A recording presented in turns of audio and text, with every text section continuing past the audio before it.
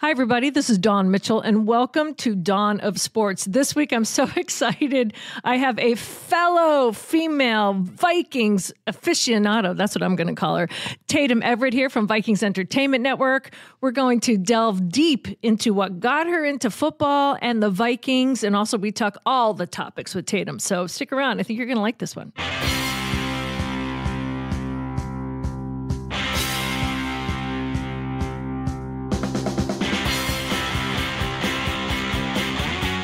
Yes, this is Dawn of Sports. I'm here with Dawn Mitchell, as always, of Fox 9 fame. Brandon Morton is our producer. I'm Jim Suhan from the Star Tribune.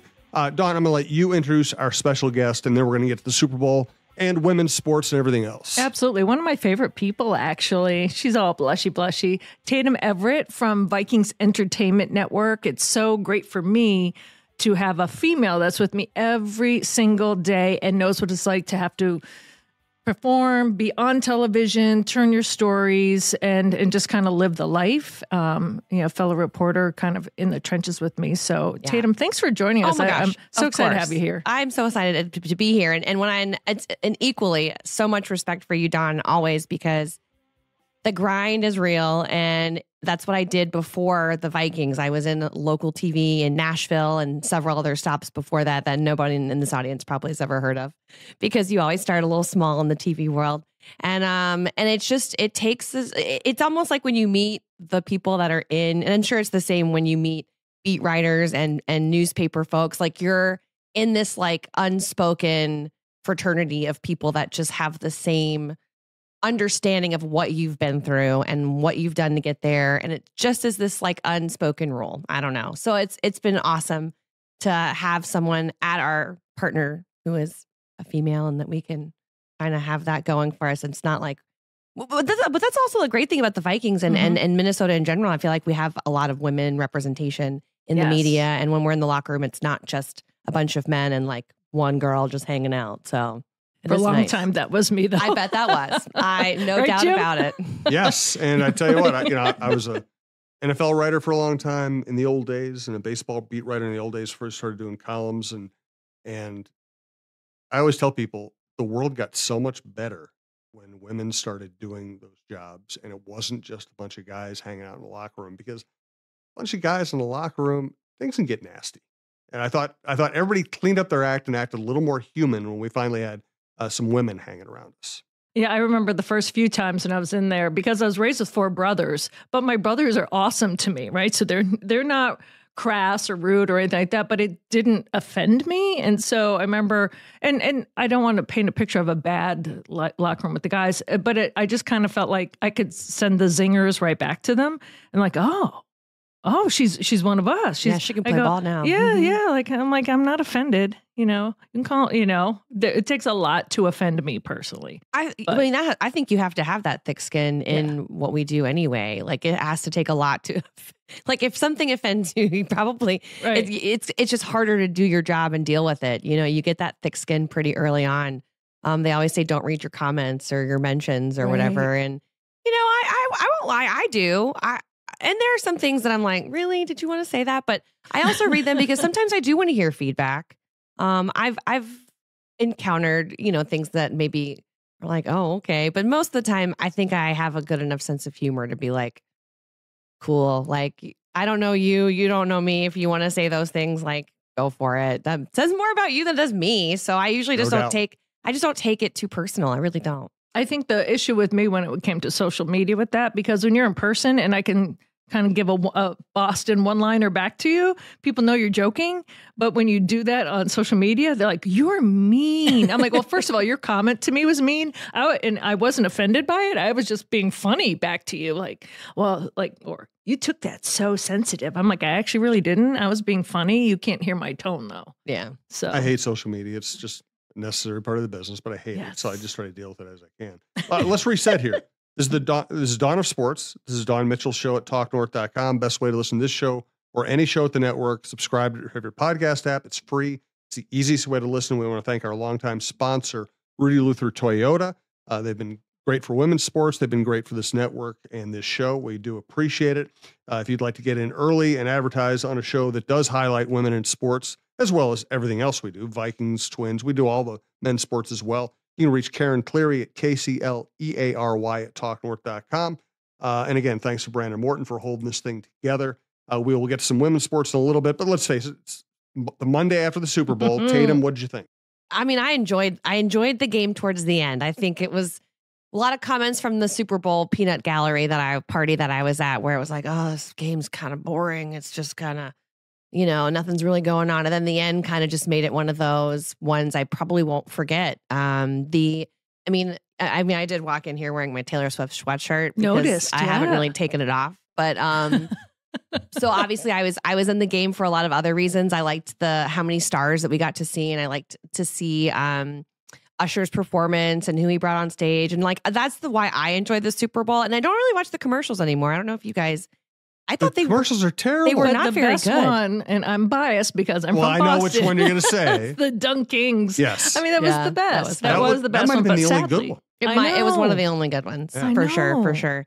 But as far as the game goes, I don't know. I've learned to not bet against Patrick Mahomes. Yep. And I just didn't. For a while there, I was like, okay, this could be the year, because I thought San Francisco really was the better team into the fourth quarter. And then, Mahomes magic. And it's funny when you're sitting there with people that are casual football fans who don't really watch it day in, day out, week in and week out. They're like, of course, Patrick Mahomes will get a 2-minute warning, a 2-minute game-winning touchdown drive at the end of the game. I mean, it was the field goal, but at the same time, it was just like, of course, this is going to happen. The NFL is scripted, all those kinds of funny comments I like to hear. Because we're in the press box. We don't get to hear that stuff. The NFL, obviously, why would they not want Kansas City to win all the championships? That's the biggest market in America. I mean, you wouldn't want a team from the Bay Area, that tiny little town up there, the little suburb. You wouldn't want that. You wouldn't want LA teams to win the championship. You wouldn't want the New York teams to win the championship. You wouldn't want Chicago to be good. You would want the team in Kansas City to win all the Super Bowls. The thing is, though, you knew when it was getting down to the wire that Mahomes can do anything.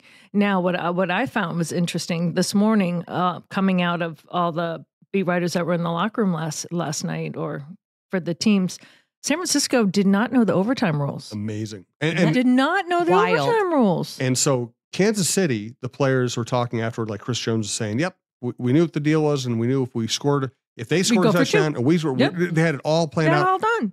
And the 49ers players had no idea they could have, if they'd scored a touchdown on their first drive, they would have celebrated like they had won the Super Bowl. It would have been a complete embarrassment.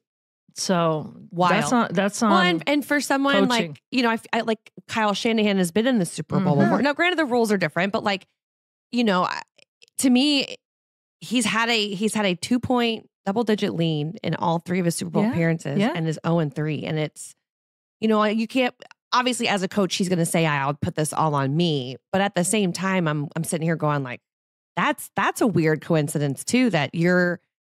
And I do think that Dre Greenlaw, the fact that he was out, was a huge factor in that too. Oh, that was horrible. That was really, really sad to see. I mean, for an Achilles. And I do say the game mirrored Usher's performance, because the beginning of Usher's performance was not good. I'm like, is this mic off? Like, is he lip syncing? Like, what's too much going on? Too many people out there. And then it got better. So I'm like, that's exactly what the game was. Well, as a guitarist, I just loved her. She is incredible. She's phenomenal, and to see her take center stage like that was really cool. Did you see that Alicia Keys came out? I was like, And Alicia Keys is the best. Right, she's the best. But did you see that her actually sang the national anthem as a child? Yes, when she was 9 years old. 49ers game? No. Yes. Oh so my she went from gosh. singing the national anthem as a 9-year-old to being on stage during the Super Bowl halftime. She didn't go by her back then, did she? I don't think so. Yeah, no. H.E.R. Oh, sorry. No, I'm kidding. That's of course that's a lot of dots. It's cool the way she's done it, but she's a great guitarist.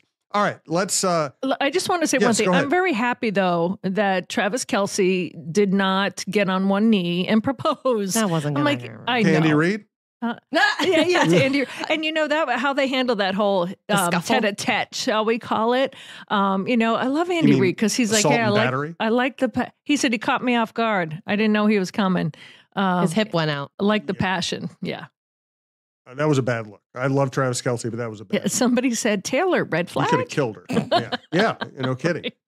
By the way, on this show, our guests, listen, Dawn has done a great job bringing in guests. We do highlight a lot of women in sports as well as women's sports, but we we don't pigeonhole things. We have all kinds of cool people on. Last week we had Patrick Mahomes' godfather, Yes. LaTroy Hawkins on. He was awesome. That's cool. Yeah. And I've known LaTroy for, 30 years now. Yeah. And he was just saying, hey, yeah, I talked to Patrick the other day and everything. And you have to Patrick's got all the Swifty stuff going on. He's got the pressure of trying to win another Super Bowl and elevate himself into maybe greatest of ever conversation. His father, who I was friendly with the Twins, got his third DUI during the. He had that was so much going on, and LaTroy just said, "Yeah, he's fine." And he's always. That's what LaTroy has always told me about Patrick. Yeah, Mahomes he's always the same. He handles He loves pressure, so when pressure hits him, it's not going to derail him at all. You can tell. Yep. You can definitely tell. When I was in small town Louisiana up north in the state, it was right by the East Texas border. And I just remember going to one of the games I went to. Cliff Kingsbury was there recruiting this guy called Patrick Mahomes. Mm-hmm. And I was covering the other team, so I didn't really pay too much attention to it. But then come to find out, this kid from like super small town Tyler, Texas is like now one of the greatest quarterbacks we've seen. And we get to watch that unfold. And makes me feel a little old because I was like, wow, I was there for his senior year.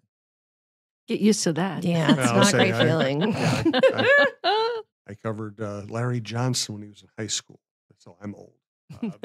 But it's just really, I just love being able to watch a great quarterback. Mm-hmm. Mm-hmm. It's like you can't identify with the greatness, but you can identify with the way they're thinking. And the leadership. That's all you hear about him is he's got that lot. He knows how to motivate the guys. He knows how to calm them down. He knows what buttons to push. And to have, like you said, everything going on. You have the weight of the world on your shoulders as a quarterback. And you got 3-ring circuses. Literally, you're in Vegas. It's kind of craziness. And everyone was saying how calm they were seeing everyone in San Francisco was, right? Oh, look at Purdy. He's always calm. I'm like, inside, he's probably not calm, and Patrick Mahomes is kind of like, I don't know, like a chipmunk on crack, probably with his brain, like, check downs, that kind of stuff. Yeah. I just love watching him go to work. And we've all been in the business long enough, and you talked about your friends that might have been like, oh, it's rigged. When a player is like that and they have that 2-minute drill and they've been there, done that before, it's like, buckle up.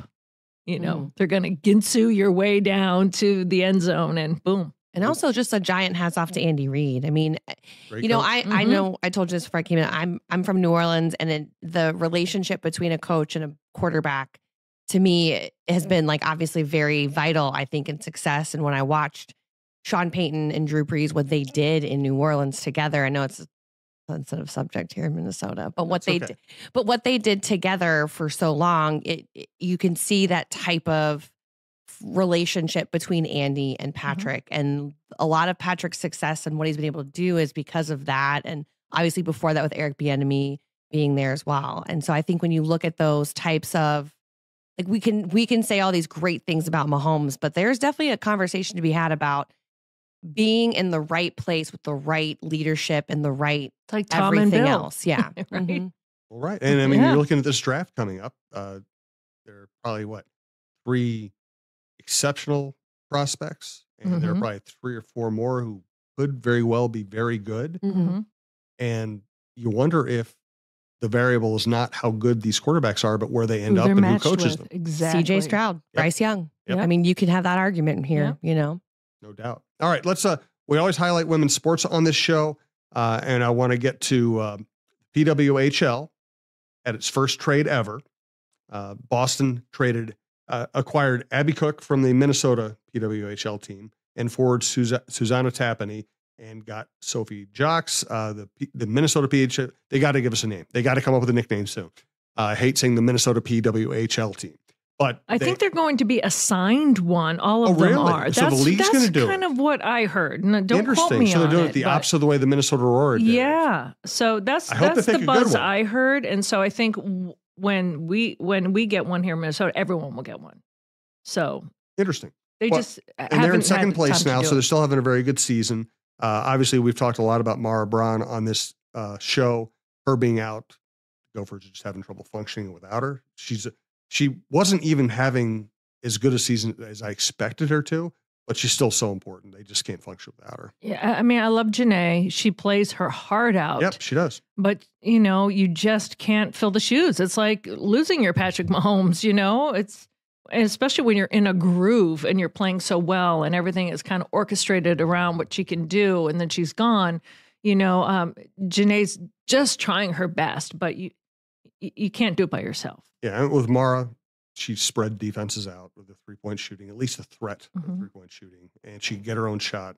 And they just haven't figured out how to play without her, and which is kind of understandable. Yeah, because she lifted the tide lift all boats, right? Yes. But I think Janae was the only one in double figures. I think Janae's a good player. Sophie Hart and Amaya both had 7. So yeah, Janae's a good player, but she's not really a 3-point shooter. And you move her in the starting lineup, then you lose that from your bench. She's just, it's just typical basketball math. But I will give them this. I think they ran out of steam because they went toe to toe with Ohio State at the beginning. It was just kind of in the second half when, I think the Buckeyes went on like a 9-0 run, and then they just it was like they were in quicksand after that, and they just couldn't get their footing after that. And so that's where I was disappointed, because I'm like, look at them holding their own. I know it's growing pains. They'll learn, and they'll probably become better from going through that. But that second half, I was like, oh. Yeah. Another women's college basketball note, Caitlin Clark, I think, is 8 points from setting the all-time scoring record. And yet, Iowa has had 2 games this year where they had leads in the fourth quarter on the road, and they lost them, and they kind of collapsed. And this last weekend, that happened at Nebraska. Right. And they absolutely should have won that game. Clark started missing. She went cold. She went cold, and they don't really know what to do with that when she's not hot. Exactly. I think mentally they went cold as well. Yeah. Like, oh, what? So I thought the same thing, but I don't follow them as closely if it's not her. Right. So I'm like, gosh, is it the same thing? Is it one superstar and the rest of them crumble? I'm not saying that they crumbled. I'm just saying when you're in those close, moments, like who pulls through? It's usually your star. We do want to thank Rudy Luther Toyota. We have one more women's top to get to, and then I'm going to let Dawn and Tatum take over and have a nice conversation here. So thanks to Rudy Luther Toyota. Ready for a women-forward car dealership? Rudy Luther Toyota empowers their many women on staff in sales, management, and service. Whether you are looking for a new Toyota or pre-owned vehicle, Rudy Luther Toyota has something for everyone. Every vehicle comes with a Luther Advantage. 10 cents off fuel and car wash discounts at holiday stations, Luther Advantage warranty, and 5-day return policy on pre-owned vehicles. Located just 5 minutes west of downtown Minneapolis, off 394 and General Mills Boulevard. And they're also hiring. Want to join the team but don't know where to start? Visit RudyLutherToyota.com today. Hey everyone, it's John Krasinski from The Athletic, and on this podcast network, we have the John Krasinski Show, we have the Viking Update Show, talking Timberwolves and Vikings all the time, and some really fun adventures ready for this summer, including partnering with Define Destinations on a wonderful trip to Spain from August 22nd to 29th. And if you sign up with Define Destinations at definedestinations.com, you can go with me to Madrid and Barcelona. The trip includes airfare from Minneapolis, St. Paul, centrally located hotels, a city tour of Madrid, a city tour of Barcelona. We'll stay in 4-star hotels. We'll take some tapas and sangria food tours. They'll have all sorts of different sightseeing adventures. We'll have guided local tours to show us around. Maybe we'll even knock on Ricky Rubio's door. Who knows? But I think it's going to be a great time. You've probably heard Michael Russo talk about these trips and how much fun that they have. And so after a long season with the Timberwolves, hopefully one that goes deep into the spring and early summer, maybe you want to come with me to Madrid and Barcelona in Spain at the end of August for just a wonderful tour. I'm really looking forward to it. Again, sign up at definedestinations.com. Look for John Krasinski's Spain trip, and I hope to see you out there. All right, our Minnesota Aurora moment. Now, Andre Ayuk was one of the founders, probably the most influential founder of the franchise. She has now kind of backed away a little bit from the day-to-day operation. Jessica Poole is the new team president and COO. And at Minnesota Aurora, mnaurora.com, really good piece from Jessica this week. Oh, I was thinking the same thing. We're on the same page. Yeah. So the headline is, "I am my ancestors' wildest dream." And the lead to her column, her story is, "Being a Black woman in America is hard." I'll let you pick up from there. But hey, this is what Minnesota Aurora stands for: diversity, opportunity, and building something special from the ground up. Yeah, and they don't shy away, kind of like the Lynx don't, about taking a stand and speaking out and being about, not only moving the needle. I know that's kind of a cliche thing to say, but what I thought was interesting that Jessica said is, I want to make change and I'm all for diversity, but what we're starting here at Minnesota Aurora, I hope can make global change. So they want to be the example for other female teams, and yes, in soccer, but also beyond, to kind of take that and move it forward. And I think in the article, she also talked about how few Black women there are in sports in general, but especially so in female sports. And I think that's what she said. It's hard to be a Black woman in America. So I'm excited that she wrote this article, because I know when Andrea started Minnesota Aurora, this is what she wanted. And Andrea was not afraid to take a stand on issues. And so now here's Jessica taking that and advancing it. And I was thrilled to read that. It's a good read. If you go to minnesotaroar.com, it's right on there. Yes. It's also cool to be in this market where Leah B. Olson and Rebecca Brunson, and there are Black women working in the media who are very good at what they do. Yeah, Mika Morris over at the yes, Twins. Yes. So a lot of good people in town. All right. I'm going to back away from the mic now, and I'm going to let Dawn take over and have a conversation with Tatum. I doubt if I'll be of any use from this point on. Oh, I think you're going to chime in. Oh, you think so? Oh, yeah. Yeah, we'll see how it goes. I know you. Well, just to reintroduce Tatum Everett over at Vikings Entertainment Network.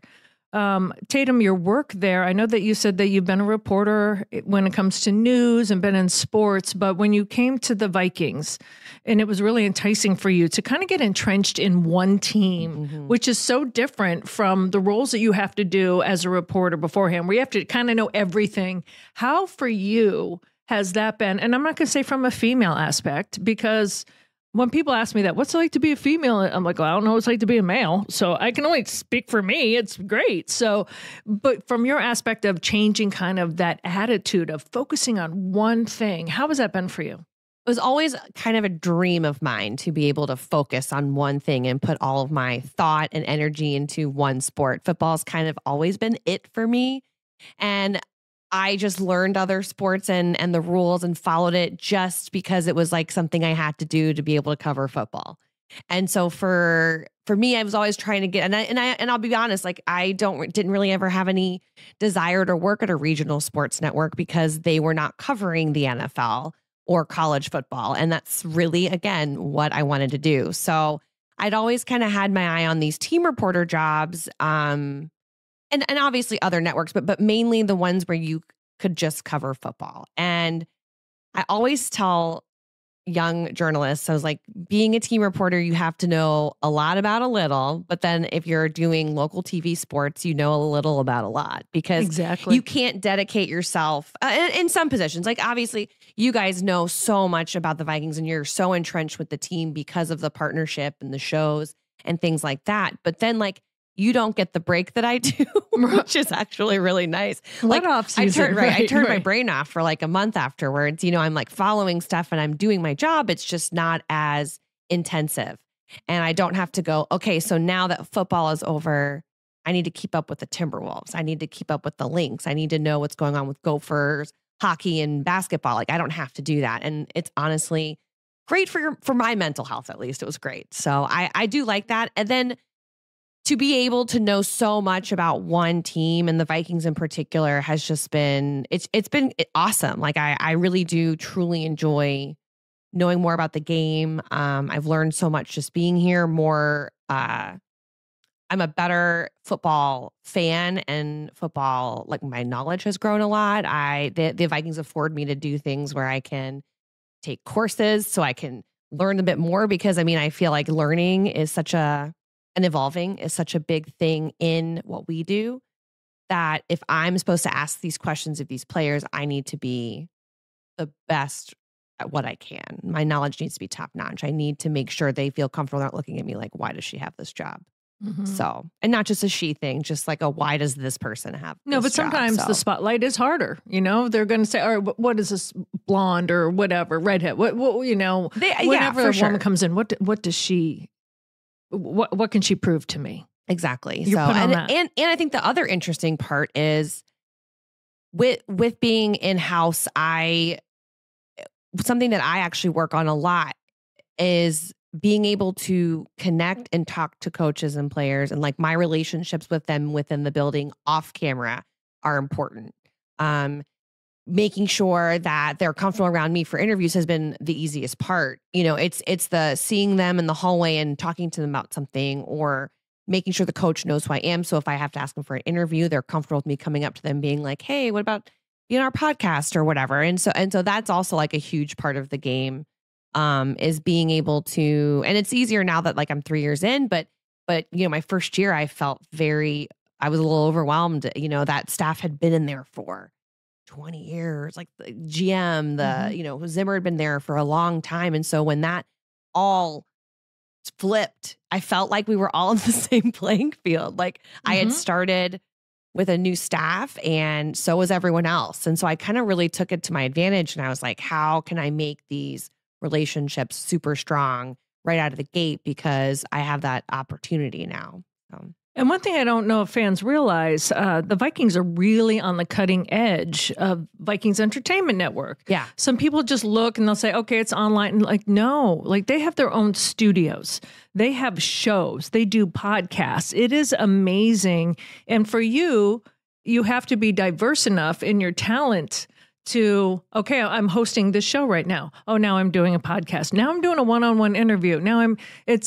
For people on the outside looking in, they don't realize that sometimes in our business, those are totally different skill sets that you have to possess. And for people like you and I, sometimes that's fun. You know, like I'm like, oh, if I'm in that situation, I'm loving it. But it could be intimidating for some. I think so. I think, I don't want to be a broken record, but having that local television background where, I was a one-woman sports department at my first job. Then I was in basically a one-woman sports department, my second job. And then my third job, I did have like some coworkers. But then when I was in Nashville, my last 6 months in Nashville, I was a one-woman sports department, no photographer, no producer, doing a 30-minute show every Sunday and covering 3 professional teams in Market 30. Like that's a lot. Also why I and so, like that does take a toll on you. But at the same time, I always have been the kind of person who, like, everything I feel like I've done or experienced has just prepared me for the next.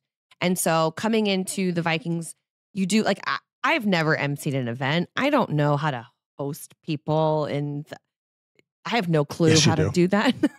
Just be yourself. Right. I've hosted pep rallies. I didn't know I could do that. Right. Like I host our business summit. Like there are a lot of things outside of the realm of broadcasting that I've had to translate my skills into. And I don't think that I would feel as comfortable or as versatile if I hadn't gone through all of those other experiences. Now, the best part about my job, to answer your first question you had for me, I haven't lifted a camera in 2.5 years. Yes. That's been the greatest because, I think sometimes when you get into this industry, there are reasons you get into it. Like my husband, for example, was also on air at one point, but his main thing that he loves to do is writing. And he's a videographer is his number one job. And now he's learning. Amazing one of that. Yeah, he's very good. He's a little biased. But I think his writing's actually better, which is kind of insane.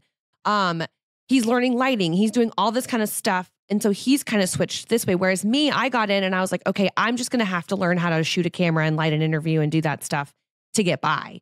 I like the writing, being on air, talking to people, the relationships, being in front of the camera, things like that. So, it's just a necessary evil. So now I get to focus on that side of things. And you're right, though. You don't realize how much you have to do in 1 week. I've never really thought about that too much, Don. That was pretty cool. So let's go back a little bit. I know that you went to LSU. Anyone that has met me probably knows that. It's like, oh, what, you don't know? I'm a little proud. Like, she didn't tell you in the first 5 seconds. It's like me with Boston College. So yes, exactly. People always are curious. How did you get into it? Did you have brothers? Did you play sports?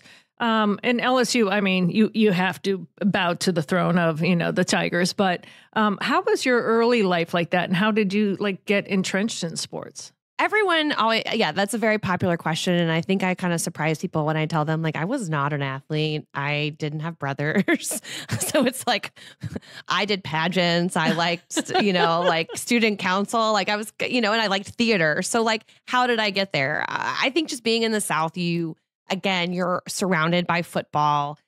Both my parents love sports. Mainly LSU sports. We weren't the kind of family that would just flip on the NBA finals. That just wasn't us. We would always watch football or LSU. We'll watch every LSU basketball game, every LSU baseball game that was on TV. That was it for us. And so I think I just kind of fell in love with that idea then. And I think, when I was a pretty ambitious kid. So early on, I was I could talk about football on TV. I could get comfortable with that idea. And I think you just play to your strengths. I was never going to be a doctor or a scientist. Those were not my strengths. I could definitely just my test scores. They were not great. I could write, and I could talk, and I had the theater experience. And so that's just, I took a broadcasting class in high school, and it's funny because it was one half of the class was the technical side and one half of the class was the talent side. That's how old school it was back at my high school broadcasting class.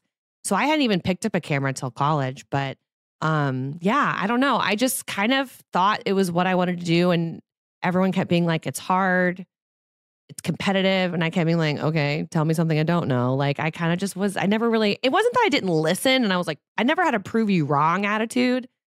I think I was just no, but I don't think you understand. I know I can do this and I'm going to be good at this. So I don't need to prove you wrong. I'm just going to do it. Right. Well, I think that's one thing two things right there that you and I have in common. I was totally into dancing and theater and all of that.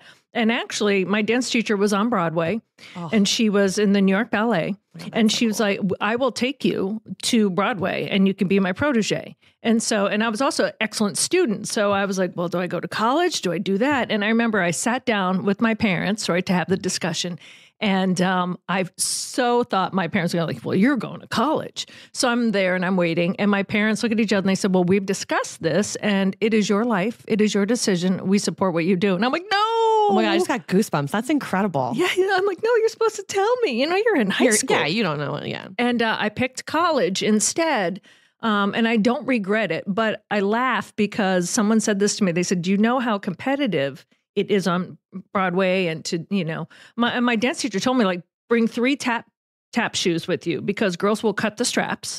It's cutthroat. Oh my gosh. Oh yeah. And those cattle calls that when you have to do it, she was honest with me about what it was. And I'm thinking, well, education, you can't take away from you. Right. So I was kind of going back and forth on that. But then my friend said, but you went to something that wasn't cutthroat. And I'm right. Okay, I guess. Just and it as is performing in a different way. And I don't admit this very often, but I did do pageants because I paid for college. So I was looking for some college money. Yeah, Miss America organization. Yeah. Mm-hmm. So mine was Miss USA, which I wish was Miss America because there's more focus on talent. It's you get more scholarship out of that. Yes, you do. Yeah, you could have danced. I know. See, everyone's always what pageants did you do? I was the ones where there wasn't talent. Oh. Because my talent was talking. Yeah. Or talking. And so what was I going to do? My mom tried to talk me into doing a monologue forever. I was no one likes the girl that does a monologue. She's never going to win. She's never going to win. I had just wish for world peace. Yeah, world peace. What planet? Yes. Right. I know. That's the big jokes. I did have that moment, which is ironic that I'm even in this business, where I froze. I was supposed to say something. And I will never forget it. So in Worcester, Massachusetts, Worcester, as they say, Massachusetts. And I'm in this beautiful gown and I had to say something and I blanked. And all I could feel is 5,000 or how many in the audience eyes on me. And I just kind of, whatever I did. And I'm and now I do this for a living. Yeah. I was Baton Rouge, Cindy, Baton Rouge. Before I got to college, I was scared to death to speak in front of a classroom. Were you? I absolutely couldn't do it. I couldn't call to order pizza. I think it's a common misconception that people who do television like public speaking. Because when I first started doing the emceeing stuff and being in front of like a crowd of people, I still get nervous. And they're like, well, why do you do this all the time? I'm like, there's a difference between looking at a camera, especially in studio. In studio, I could literally like fold my laundry while reading a teleprompter. Like it's not even that, for me, it's just like riding a bike. But like when you're in front of someone with no script, or you have to remember to say certain things and make sure you address the crowd a certain way. And oh man, that stuff gets me every time. I love it now. I still get that nervous energy. Well, then you start realizing they just want you to be comfortable and talk to you. So I've kind of learned that after a while, but growing up, my parents, after I graduated, you graduate school, I was working and living in Boston, and you have to, as a single woman, you have to do it or you'll get eaten alive. And I remember I took them to this old restaurant called the European, and they sat us by this door. And my mother and I were both like the quiet ones. My dad was the bull in the china shop, going searching for clothes, like for school shopping. He'd be like, where are the bras? And you're like, oh my God, dad, right? But so he was a bull in china shop. So here we are. Finally, we're sitting by the door, and I could tell my mom, who was kind of quiet, but a strong woman. So I just went up to them. I said, excuse me, can we have another, table and that? And like, oh yeah. My dad was like, who are you? Who are you? You spoke up for yourself? And I'm like, look out. So that's kind of, you don't turn back after that, right? I also think it is a common misconception about pageants in general. I mean, I didn't do the ones where you were like the really smart kid because I didn't have the talent portion, but the interview process is like not like no joke. And this is granted, this was, 20 some odd years ago. Right. So I can't speak for them currently. I'm not connected to it in any way anymore, but a lot of the women that I met through them and ones that have gone on since are some of the most brilliant women that I've met. Yeah. It gives you this sense of confidence that you can speak to adults, that you are an adult at some, because I did teen pageants. I didn't ever do a Miss pageant, like the over 18. So it just gives you this sense of confidence because you have gone in front of people before. You have answered a question live on stage in front of thousands. You're having to interview for things. Like those are just crucial skills to move forward in. I had a mentor one time tell me, like, I don't care if you don't want the job. You just need to go on the interview, because what happens when you get the interview you really want and you haven't gone on any? And so those kinds of skills that you got while doing pageants, as lame as that sounds, was really helpful, especially in TV when you have to learn makeup skills. That was helpful too. Vaseline on the teeth was the number one. Oh, I don't think I've done that. Oh yeah, because if you're nervous and your mouth gets dry and your lips stick, put a little Vaseline on your teeth and it just makes your smile go. Yeah. That sounds disgusting. It was disgusting. It's just like a little thin kind of. That's funny. And I'm like, oh, okay, because you were nervous, and then it's just kind of. I still get pretty nervous. I haven't shaken the live shot bug yet, but I also think it's because I'm a very hypercritical person. So like I'm in my head all the time about that stuff, which I think is hard too. Sometimes when you're in this business, like Dawn gets up there and just like kills it every time. It's like she has no nerves. And I'm like, that's where I'm trying to get. No, there's sometimes you do have nerves, but I think it's when the very first time I did the national sidelines, I think you get a little nervous. But then I do, like, you do that breathing technique and realize this is something you do every day. It doesn't matter how big the audience is. It doesn't matter if 2 people are watching or, the nation's watching. It doesn't matter. That's true. You sound like some of the players in the locker room. Right? We just practice. We just practice it every day. So when we get out there, it's just second nature. But I think the thing is, and I have said these words to myself, get out of your head.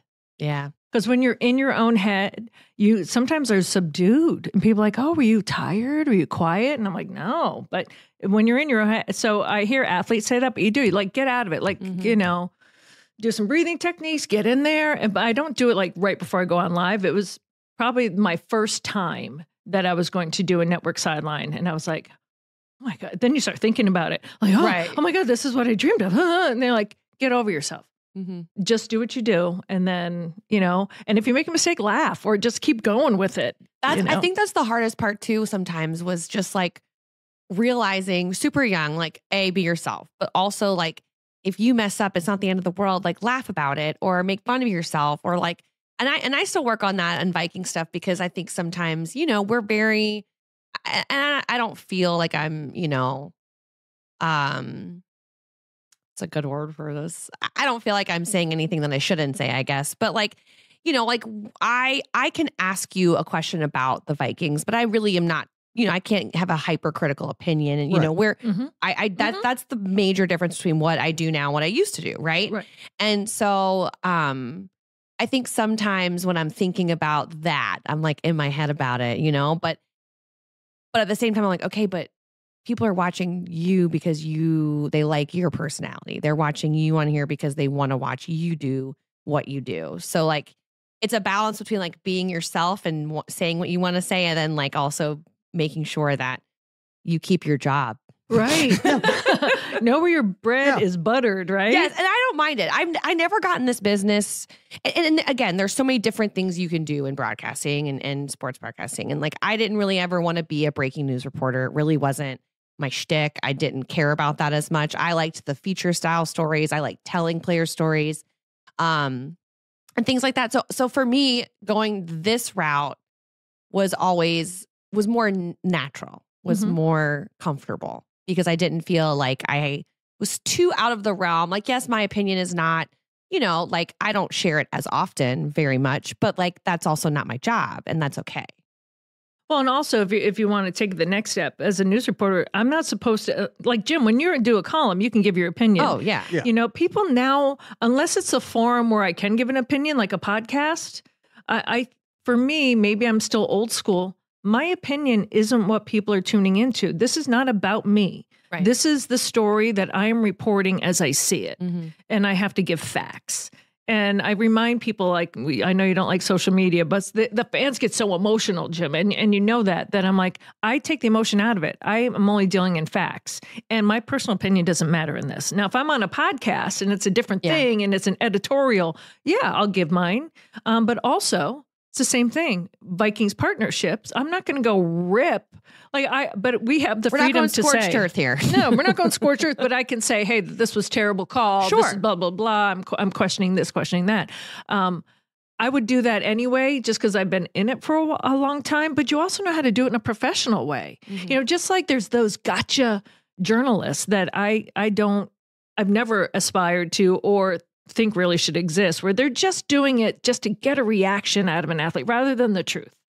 Like, I'm going to pose it this way just to get under his skin. I remember I was in Chicago and some reporter said something about Jim Miller, and it was asking about, I can remember, and he got under his skin, and thank God social media wasn't really that big back then, but it was kind of like he went, and that's that gotcha where you just get under their skin and they explode, rather than just give me you can ask a tough question and you can ask it professionally. And that doesn't sit well with me. Like, I don't want to do that to someone. I want the truth, but I don't need to be, have a different agenda about it. Right. I don't like that. I'm also just like, don't want confrontation. I'm really cool with that. I want to know what happened. Confrontation, if it's a legit question, I don't mind it. Yeah. So, right. But you ask it professionally. You're never like you said, like trying to get under someone's skin. That's probably the biggest part. Yeah. I mean, but it's definitely a delicate balance. I would say I've struggled with it a little bit more recently, trying to figure all of that out. I think when you have a 13-win season, it's pretty easy to let things fly and you're good to go. But when you hit adversity, I think that's when sometimes you can struggle with, how to word things, phrase things, what you feel like you can do and can't do. I think really high level caliber athletes know when they mess up, and they gain respect for you if you professionally call them on it. When we were in the locker room after they lost the NFC Championship way back, and I remember Adrian Peterson had those fumbles. Remember, we're in New Orleans. No one was asking about the fumbles, and you had to. And I said, and then I'm at the point because I didn't want to be the one to ask him that. I'm like, no one else is. I'm like, all right. I go, Adrian, those fumbles though, uncharacteristic. He's like, I know. I know they make me sick and blah, blah. And afterwards, when everyone was done, he goes, thanks for asking me about those. That's awesome. Because I was upset with myself. But he wasn't going to bring it up. No. But, it was kind of like, okay, so you're an elite athlete, Mm-hmm. And then when they know and you know, and you ask it in a way that they can address it, rather than, oh, Butterfingers, that kind of thing, because we have to see them again. I said, it's not like sometimes a news reporter, you're never going to see who you're interviewing again, right? Like we're facing these guys. Yeah, you build relationships. You're going to see them in 3 days for locker clean out. Right. And they're going to be like, oh, Butterfingers. Oh, okay. They're going to remember and they're not going to like you. And Jim, you've been on the end of both of it, right? Oh, yeah. Where you have to ask the tough questions, but you also know you've got to face the music if you do that. Yeah. But my role is just different than most. I would love to have your role at some point where you can just kind of like, column is totally different. It's completely different. It's kind of freedom. Yeah, I mean, I did all the other jobs. Yes. High schools, Mm-hmm. pro beat writer, Twins, Vikings, feature writing, some investigative work. And this is just a completely different animal. Mm-hmm. Mm-hmm. And is this like, are you enjoying that in this time of your life, or is this something you've always wanted to do? I always wanted to do it, but I don't know. I've been really lucky because, at first I just wanted a decent job, and it took me a while to get a decent job. And then I was like, okay, maybe I want to be a pro beat, because I was around it enough to see what it was like, and I wanted to give it a shot. I got to cover the Dallas Cowboys for the Dallas Morning News. It's one of the best jobs in the country. And I came here to cover the Vikings. It was a great job. Then at some point they asked me to go cover the Twins, which was terrible for my life, but it was great professionally. 1 year covering the Twins, I spent 180 days on the road. Oh, that's also why I love football. 16, 17 games. Yeah. Yep. Sign me up. So, but you get to a point where you feel like you've done all the reporting things, you've done everything else, and you do want to just be able to sit down and say, here's, through my experience, through my contacts, through whatever, my thought process, here's where I'm coming down on this issue. It's a cool thing to be doing at this point in my life. Yeah. It's like unscripted, right? You can just kind of say what you feel, and also give a forum for things that it's not the daily. No. If you have an opinion we have on beat something, writers covering the teams, which frees me up to, and I can go, I can write analysis, I can write criticism, I can write praise, I can write history. I can kind of go any direction I want, whatever serves the purpose for my paper that day. Are you writing one for the Super Bowl? I wrote one for the Sunday as a preview, and then I wrote off the game last night. You did? Which is weird. Okay, I have to go look at it. What's weird is I used to cover Super Bowls live, and we've gotten to a point where we're not spending money on that, and it's excuse me, it feels really weird to sit home and write about and watch it when you're not there, because you feel like you need to be there. But it would also be weird to not write about the Super Bowl. So I don't feel great about it, and I don't think it produces great columns to sit home and write, but I don't know. Every but once in a while, there's a reality of where we are in terms of cost effectiveness in our businesses as well. Yes. But, covering the Super Bowl live, I got to talk to Matt Burke after he won his Super Bowl. I got to talk to Tom Moore from Rochester, Minnesota, when he was Peyton Manning's offensive coordinator. I got to talk to Tony Dungy when he was, and you're there face to face, and you can actually get some one-on-one time, believe it or not. And it's just weird to not do it that way. Mm. You're going purely off of the broadcast, like what you saw and stuff. You're not getting any firsthand account. Exactly. Yeah. And you feel like you need that little extra. Makes sense. Well, we've seen in the past too, where play-by-play guys are sitting in a closet watching it and kind of doing the play-by-play from, people don't know most of the time. Right. But that's how the business goes in terms of TV too. Just where we are right now. Mm-hmm. Well, before we finish up, Tatum, I wanted to ask you this question because people automatically assume, we talked about being, whether you're an introvert or not. Like I'm an ambivert. And then you end up in this. That? An ambivert is sometimes I'm introverted, sometimes I'm extroverted. I thought I meant you're on Ambien. I've never tried Ambien. But Maybe I've heard of like an extroverted introvert and an introverted extrovert. Yeah, so they call it ambivert. Yeah, kind of like boom. Okay, I like that. Sorry, I didn't mean to still. No, it's true though, right? So people just automatically assume that you're extroverted. Mm-hmm. Also, if you're a woman in sports, they automatically assume that you're here with a soapbox.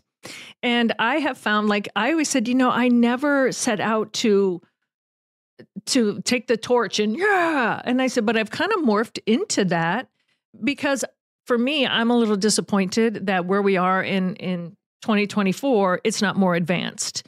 Where some of the fights were internal sometimes with myself, not external, because you had to smile and get your job. Some of the fights I had when I first started are still going on. And you see your brethren or other people kind of, oh yeah, I started with that person and now he's like the president of blah, blah, blah. And I'm still doing the same thing. So in terms of moving the needle, but I also don't want to do it in a gruff way. Like I don't want to be not myself. Yeah. Do you find now, especially young girls coming to you, that you're put in a position that you didn't think of when you first started? Like, I just like sports and I just wanted to talk about sports, but now I'm, not that I have to champion something, but I really feel strongly about helping women behind me and like kind of reaching back and lifting them up. Yeah, no, for sure. And I will say, like, in what I've done, I've been fortunate enough to not experience a lot of sexism.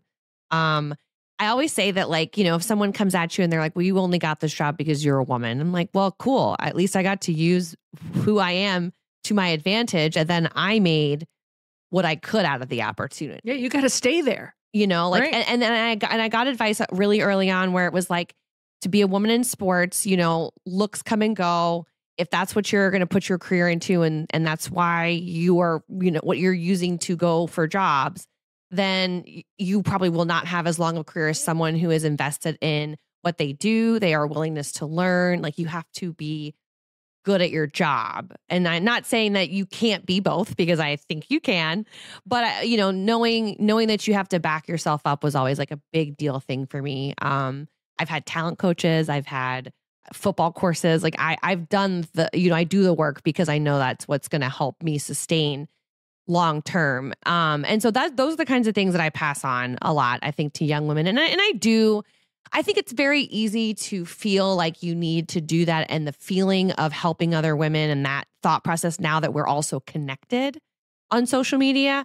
I'm not sure. I'm sure I would feel the same, but maybe not so much like responsibility for a lot of people, as opposed to just maybe ones that I would have connected with, because with social media, you have this like vast array of people. And honestly, like I just went back to LSU in October to do back to my mass comm school. They had a sports summit, and they wanted to include, they included like a lot of women that either I went to school with or just right after me. And we had there were so many women that wanted to do sports, and we talked to them forever, and they find you on LinkedIn and they email you, and you try to have all the time for them that you can.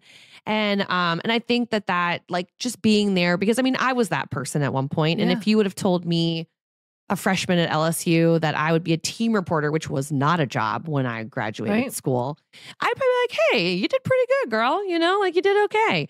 So I think that they just aspire to do the things and want to know, and you try and help them as much as you can. I do feel like there is a sense of responsibility, but like it's sometimes hard for me to think that people look up to me, because I still look up to so many people, and I don't picture myself as someone that like is at that level yet. I don't know. That's kind of what always, goes around in my mind. I'm like, I don't know. Like, I can give you this advice, but I don't know. I haven't searched for a job in a while. I don't really know what agents do anymore. I don't have one. Like, I don't understand that world as much as I used to, You brought up a good point where you said, someone said this to me, and you were just honest about who you were. And I always say that's maybe the number one thing I tell people, but like, well, what do you mean just be myself? What do you mean? And so I sometimes tell this example, and I want to preface it by this person and I'm not going to say his name, but we're very good friends still to this day, for eons. But it was hiring for a job, something that I had already done for this company. This before I was on air, which ironically, that plays into the story. Who knew in the future I would be on air? But I was like just freelance, and I wanted a full-time job. And, because I was working like 4 freelance jobs, or 80, hours a week just to, pay my bills with my 5 roommates, that kind of thing. But I remember I went in and I had my suit on, and I was ready for this full-time field producer's job. And basically, I was brought in, I thought, for the 3rd interview, so I figured I had it. And then by the end, he was just chit-chatting. But by the end, I was like, it wasn't going anywhere. And he said, hey, thank you for coming in, but I just want to tell you that we've already hired for the job. So I was kind of mad that they put me through the rigmarole. And he said, because I see you, this is a field producer's job. It's out in the fields, and fields are messy, and fields are, that kind of thing. And I can feel like my anger kind of creeping up, and I'm keeping it in check. And, I see you more like, with makeup on, behind a desk, like maybe on air. And that was insulting to me because I've been doing field producing, right? So finally, I just smiled, and I said it's super nice. I said, thank you so much. I appreciate the time, and thank you for the constructive criticism.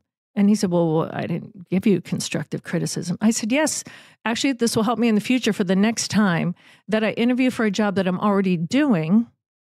I won't wear a suit. I'll wear jeans and a t-shirt so you can take me more credibly. And he just looked at me, right? And I said, thank you, shook his hand and left.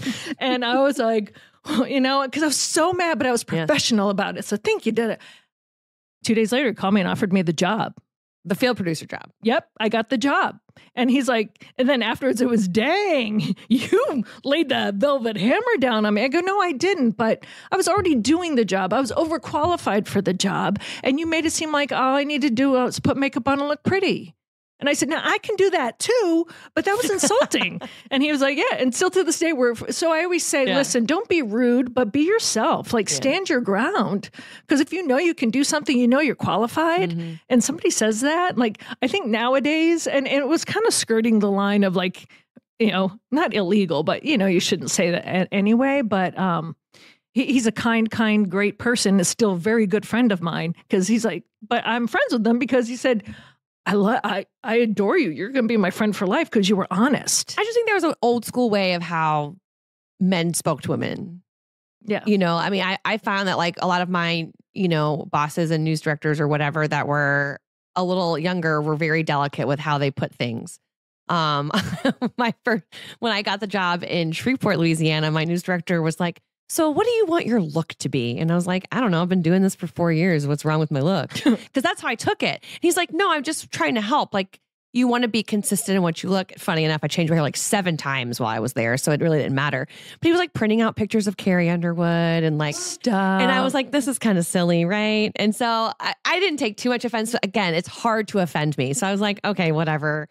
I'm not worried about my look. Like I'm not worried. Should have punched him in the throat. Well, she probably mentally. This second story might actually make you a little upset. But I remember I had dyed my hair blonde because I thought everyone, wanted a blonde, right? And so I had been dyeing my hair all different colors throughout high school and college, and so I had lightened it up a little bit.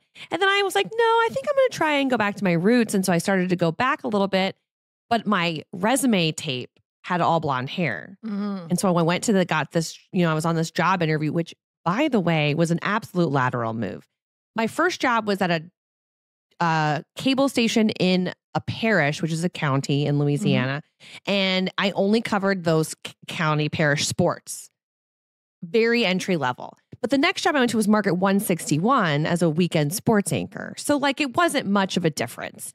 And this guy was like, well, I walked in for the interview and he's like, oh, well, I want to offer you the job, but I need you to dye your hair back to what you look like in the tape because you don't look like the girl that I thought I was hiring. And I was like, cool. I am taking a pay decrease for you to tell me this. And I know, there's some horror stories. And then my dad was like, you're not even making what a cashier at Target makes. I'm like, yeah, you're right. And I'm dyeing my hair. So my first job, I made $6 an hour. $8.50. Yeah. Mm-hmm. With no benefits. Wow. But they didn't ask me to dye my hair, so I was ahead of the game. Well, and still to this day, your bosses have a say in your look, at least in news. They do. Yeah, for sure. I mean, I feel like you have to get things a little approved bit on it. But that's why I'm a print person. Yeah. They don't care. You have to get things approved. They put a cartoon in. I will say I did get some advice from a mentor who is a male in the industry that I respect so much, just recently retired. And, one of his things was when I was going through like my different hair extension coloring days, he was like, your tape isn't consistent. It's distracting. Oh, interesting. And so I was like, yeah, I mean, I understand. You have a point. I did have a news director in San Diego eons ago when my agent was kind of casting out different things. Mm-hmm. And I went in there and he said, and it was a great interview. He loved my stuff. And he goes, I got to be honest with you. I don't think blondes look good on TV. And I'm sitting there like, well, where do you go with that? So I almost laughed. Laughing would have been the right response. Okay, thank you. Because I was like, I'm not dyeing my hair brown because I've already done that. When I was out of college, I wasn't even on air yet. My internship, there was blonde jokes. And like, I went to Boston College. I have 4 brothers. There was never dumb blonde jokes in my life. And then I get into sports television. There was a lot of dumb blonde jokes. And I'm like, I just graduated, and I got a great GPA and I don't have to tell you how smart I am, but I dyed my hair brown and it was horrible. It was horrible. I mean, so you can't vary. It's like sometimes I have to low light my hair here because it gets so light in the summer because I am light, but so you get varying degrees of blonde, but I'm lighter. So I dyed it dark and my mom looked like Sophia Loren threw up on Jackie O, right? I was like, whose child is this? Like I came out like needing sunscreen right away, right? But my mom was dark. So I figured she's going to love it that I'm dark just like my mom. And my mom never lied day in her life. I go, what do you think? She goes, it's interesting. It was horrible. And I didn't realize that you couldn't just go back to being blonde. Oh God, it's a process. It is a process. So I was like a redhead for a little bit and then a strawberry blonde. Same. None of this was on air, but I'm thinking, I'm not going through that again with this guy who says blondes don't look good on TV. Yeah. I just think very much San Diego would have been nice though. I think if someone were to tell me that someone told them that again now, I'd be like, well, it's all subjective at the end of the day. Like our industry is very subjective. Mm-hmm. Again, it's about who, and it's taken me a long time to understand this. I feel like my personality is my strength. That's what I'm leaning on. That's my superpower in life, I've realized. And so when you are able to show that to other people through TV, that's what they tend to be attracted to and like. And so there are people out there, and I am 100% okay with that, who don't like my voice. There are people out there who don't like my personality or like me on air, and that's okay. Like you're allowed to have your opinion. And there are people that I watch on TV that I don't care for. My mom actually used to send me these text messages of the women on the news in New Orleans. And she'd be like, did you see what so-and-so wore today? And I was like, Mom, that is someone's daughter. And there is someone in where I'm working at right now who's probably sending my photo to someone else. So just keep that in mind the next time you do that about someone. Mm-hmm. Like you're allowed to have your opinion and that's fine. Like it is what it is. But I think at the end of the day, like who you are and your personality and knowing that if I turn on Fox 9 Sports, I know I'm getting Dawn on the TV that night is why people want to tune in. And like, that's what I think you try so hard when you're young to like mold yourself into what you think a journalist does and looks like and talks like. Be more sporty, be more glam. I mean, honestly, the biggest thing I get now is sound more conversational. And I'm like, you're right. I have to work on that. Like sound more conversational. So be yourself. Because you are conversational. Right. So but that was really hard for me to understand and realize for a very long time. Well, and I want to say this to if there's any young women out there that want to get in the business, I've had some kids from college when I go and speak there saying, and they'd come up to me on the side and be like, do I have to get plastic surgery? Like, did you have? Yes, I had this one young woman ask me, and she goes, so did you have, I go, are you with this nose? Do you think I've had cosmetic surgery? And like, my dad would say, I go, Dad, what kind of nose do I have? He goes, it's Roman all over your face. Like, that's just a joke, right? I mean, thick skin from the jump. But now I'm realizing it's kind of like that Jennifer Grey. You get a nose job and you're totally different, right? So I'm like, listen, this is who I am. And if any boss tells you they won't hire you on air until you get a nose job or like, put implants in your cheeks or something, you don't want to work for that person. You don't. But then I'd also be like, would you pay for it? No, I'm kidding. Well, right. Just kidding. I would say if this is something you want to do for you, yes, go right ahead. Yes. If you want to do something for you, I'm not, but if you think you have to do something because someone else says it, you really have to look at, do you want to work for that person? Mm-hmm. But, and I said, so it's a great point, so don't change because I said, who's your favorite actress? And they'd be like, well, Meryl Streep. I go, does she look like Miss Universe? And they're like, no. I go, that's your answer. Mm-hmm.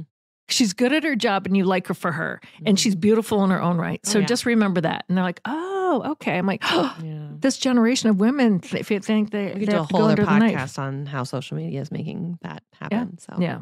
So, well, Tatum, thank you so much. Thank you for not only your personality, but for your friendship and also your talent. I'm so glad that you're leading the way in the NFL because I think more and more teams are going to be getting their own TV stations and doing all that, which is a whole different topic we can talk about at another time. But you're a light. And I appreciate you. Well, thanks, Dawn. You've been welcoming the moment I got here, and it's always nice to have women around in the locker room and sports, and to work with you guys has always been wonderful. So nice to meet you today too. And I just, this is awesome. I love when we can, I feel like it's like old war stories. Like we get around the table, we're like, oh, this one time, you know. But that's great, right? Yeah. This is what this is for in a way, because you don't have time to do this in like another setting. So we'll have you on again. Oh, anytime, you guys. Okay, tomorrow. All right, tomorrow. See you.